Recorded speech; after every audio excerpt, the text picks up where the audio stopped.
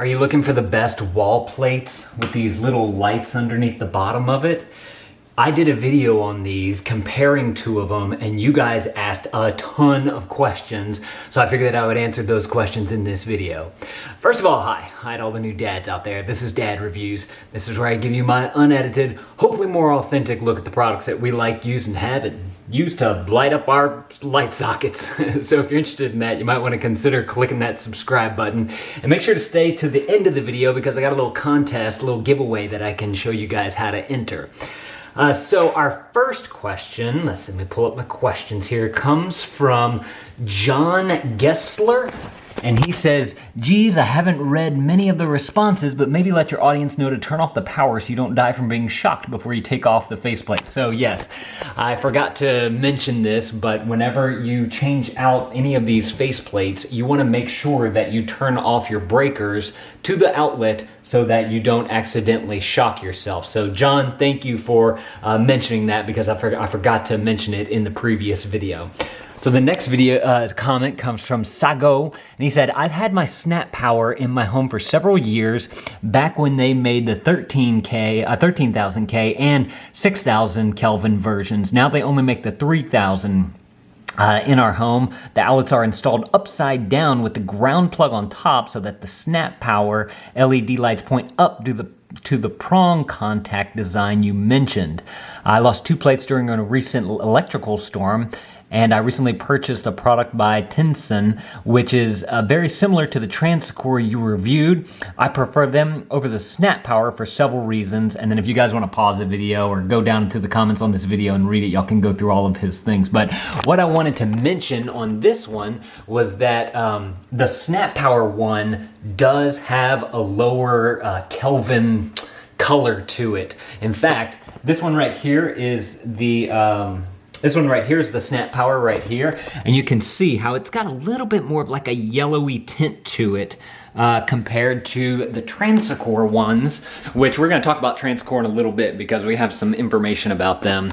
But these are the Transcorp ones, and if I put my finger over that, y'all can see that they're a lot like more white bluish compared to the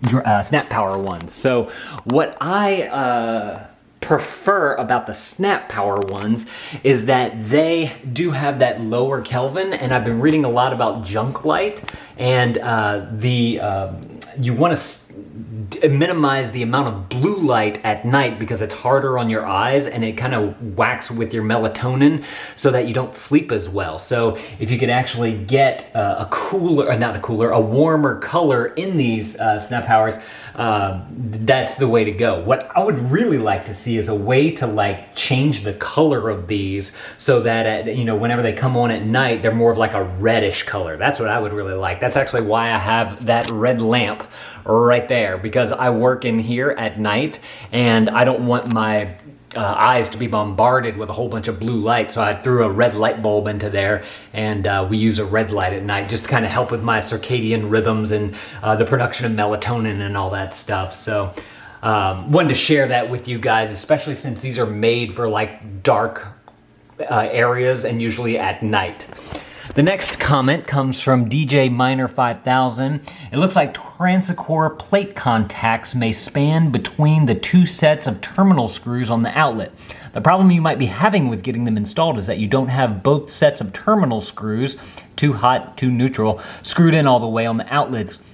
I have only 1 hot and 1 neutral wire going to the outlet. I have the SnapPower covers, the Decora style, on some of my outlets, and I love them. It's better to have a warmer color temperature LED than a cool color temperature because it can disrupt your sleep cycle, and that's what I was talking about before, is that disruption of the sleep cycle.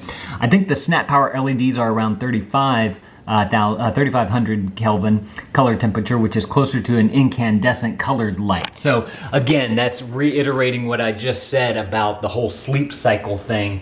And I also wanted to point out that he likes the SnapPower ones compared to the Transcorp ones. Then Aaron Grove mentioned, is there anything like this that activates with motion rather than the absence of light?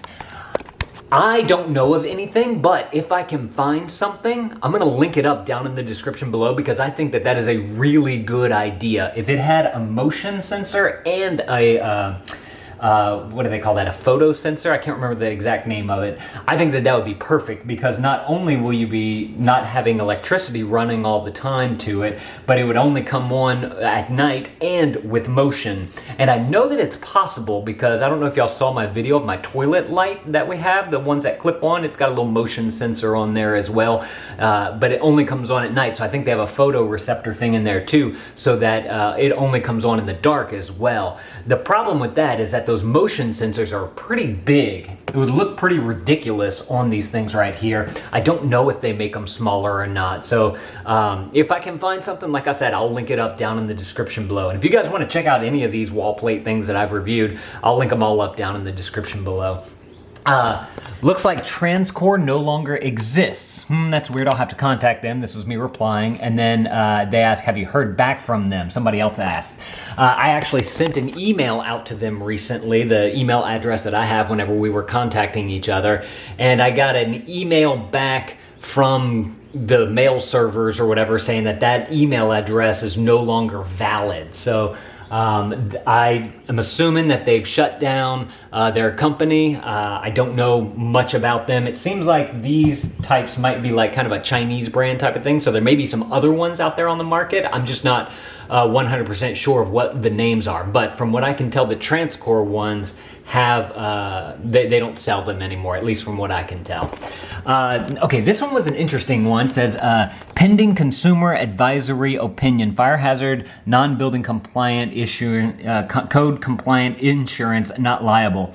And I said, can you explain this? I don't understand. I really don't understand much about insurance and codes and all that. Is there something wrong with these? And he says, I just wanted to share this with you guys. Maybe a good point. You are basically powering this little LED off of 110 volts directly via some type of step-down voltage device internally. So I'm assuming that's what's all down here. They usually have like this is a little bit longer than a normal outlet, so I think there's some step-down things underneath here. And it says, so you buy a cheap, nasty Chinese night light for $1 and it catches a light and then the fire's on the outside of the plug. With this device, it would be in the wall or behind the plate. I'm guessing that this is not to code. Of course, you can get those USB wall plug combo outlets, but all the electronics are encased in plastic as perhaps the electronics for this are, but it's the way that it connects to the 110 volts via those spring type connects that make me think that these are not up to code. Who knows, perhaps contact the company. Probably safe methinks, I think, as they both look like legit companies. I can tell you that I haven't had any issues with any of these. They come on and off perfectly fine. I noticed that they don't get hot or anything. I've taken a few of them off before and they don't seem to have any issues on the back ends of them. So I just wanted to share that with you guys because I guess that could be a possibility. I wonder if they have the kind that have motion sensors. Again, I'm not too sure exactly about that, but I'll link it up. Kent Bauman says, I think having the sensing hole under the plug would be a design flaw, being that more in the shade than is necessary or even required. So what he's talking about is if you have a plug plugged in down here, you're going to cast a shadow over the little sensor right here, and then it's just going to always be on. The only caveat that I have to this, to that statement, is that you're going to be running this at night. So there's probably not going to be any shade being casted because hopefully there's no other light to so that this thing actually does turn on. Now I can see where a little bit of shade might come over the light right here.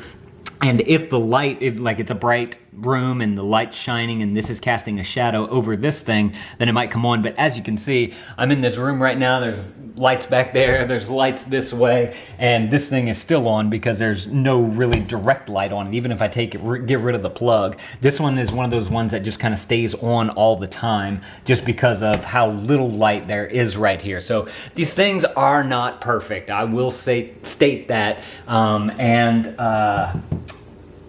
you're just going to have some that are going to stay on depending on the light situation in the room.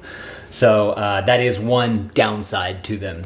And then just in case 380 says, it's been about 2 years since your post. How have they held up? So let's talk about how they've held up. First of all, we know that the Transacore company is no longer in business. So I can vouch for that. And I do have one extra one here that I don't really have a use for. This is one right here, that one works just fine.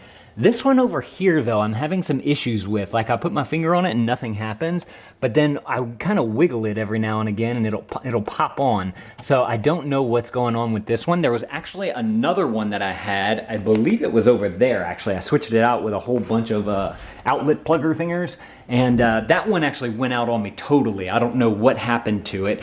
Now there is another one that we have called the Night Owl, and it's this one right here.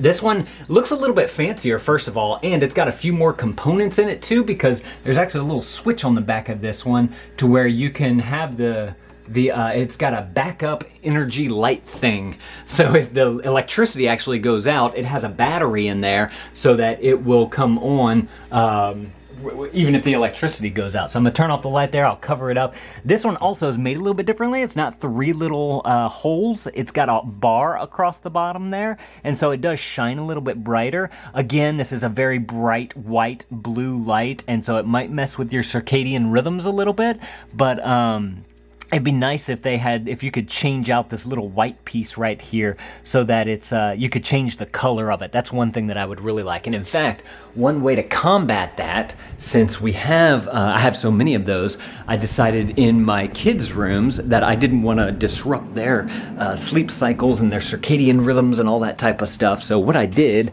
excuse my daughter's mess, is she has this one here, and I just took a little red marker and I marked on the white part right there, and it actually works fairly well. It's probably a little hard to see right here in the light, but it does make it more of like this amber glow or something like that. She also has this little plug right here, and it actually matches this kind of amber orange color whenever all the lights are out and there's not a sun-shining day outside.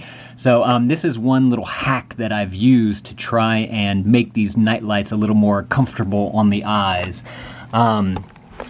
Then the last thing that I have for you guys, which I am pretty excited about. By the way, the contest. I have 2 things to tell you.